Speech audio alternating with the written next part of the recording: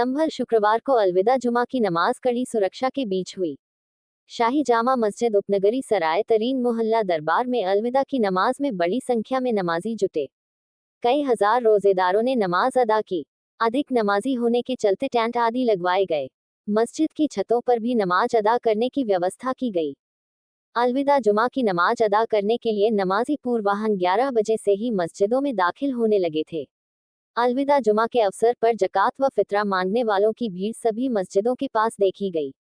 रोजेदारों ने नमाज अदा कर देश में अमन चैन के साथ कौम की तरक्की के लिए दुआ मांगी।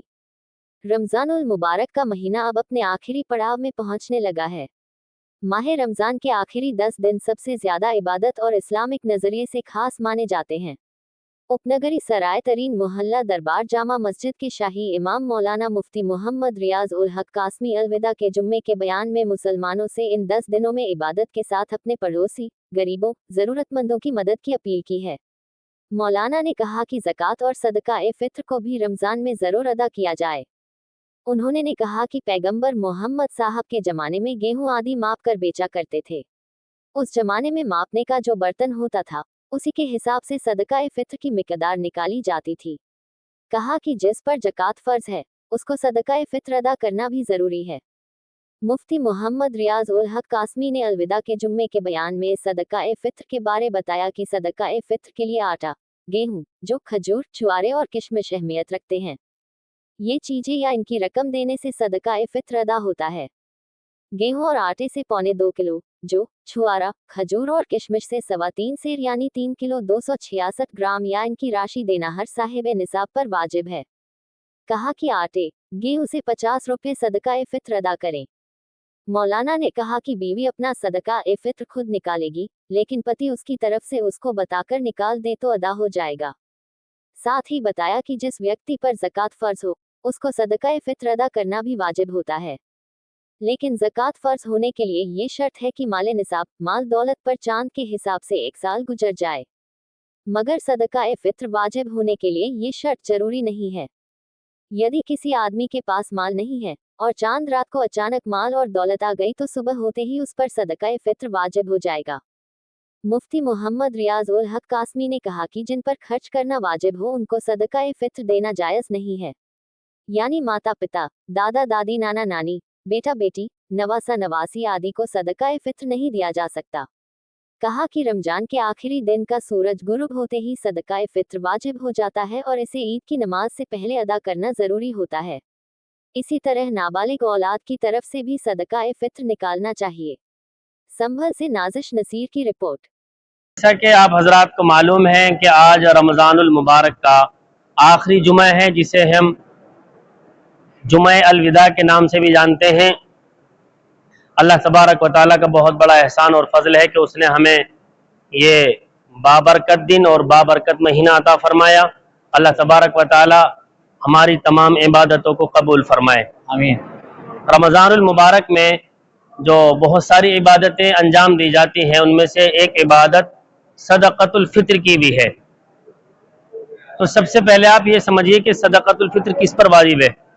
सदक़तुल फित्र हर उस शख्स पर वाजिब है जिस पर ज़कात वाजिब है, लेकिन दोनों के निसाब में फ़र्क यह है कि ज़कात के निसाब में माल का माल नामी होना ज़रूरी है, बढ़ने वाला माल होना ज़रूरी है, और सदक़तुल फित्र के लिए माल नामी होना ज़रूरी नहीं है।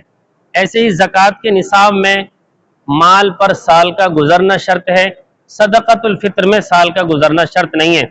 लिहाजा अगर किसी शख्स के पास निसाब के बकदर माल हो, यानी पैसों के लिहाज से अगर किसी के पास 47,000 रुपए हों जो ज़रूरत असलिया से ज़ायद हो, भले ही उन पर साल गुजरा हो या न गुजरा हो, वो माल नामी हो या ना हो, उस शख्स पर सदक़तुल फित्र वाजिब है। और सदक़तुल फित्र के वजूब का जो असल वक्त है वो ईद उल फित्र की सुबह सादिक है। लिहाजा ईद उल फित्र की सुबह सादिक तक जो भी शख्स या बच्चा मौजूद है उसकी तरफ से सदक़तुल फित्र अदा किया जाएगा।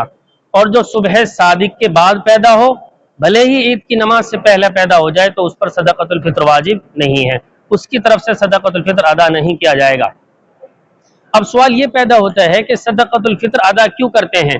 तो नबी सल्लल्लाहु अलैहि वसल्लम ने इरशाद फरमाया فرض رسول اللہ صلی اللہ علیہ وسلم زکاۃ الفطر طہرۃ للصائم من اللغو والرفث وطعمۃ للمساکین فمن اداها قبل الصلاة فهي صدقۃ مقبولہ ومن اداها بعد الصلاة فهي صدقۃ من الصدقات۔